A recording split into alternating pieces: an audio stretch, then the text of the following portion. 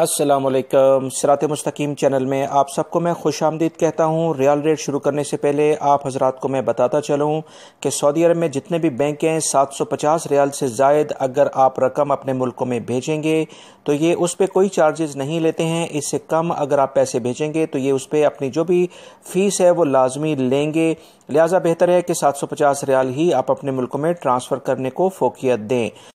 ریال rate کے لحاظ سے انجاز بینک پاکستان کے لیے دے رہا ہے 41.95 کا ریال ریٹ، اور انڈیا کے لیے 18.15، بنگلہ دیش کے لیے 22.08 اور نیپال کے لیے 29.55۔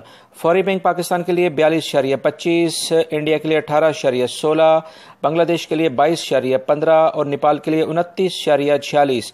ٹیلی منی پاکستان کے لیے 41.88، انڈیا کے لیے 18.08، بنگلہ دیش کے لیے 22.18 اور نیپال کے لیے 29.31۔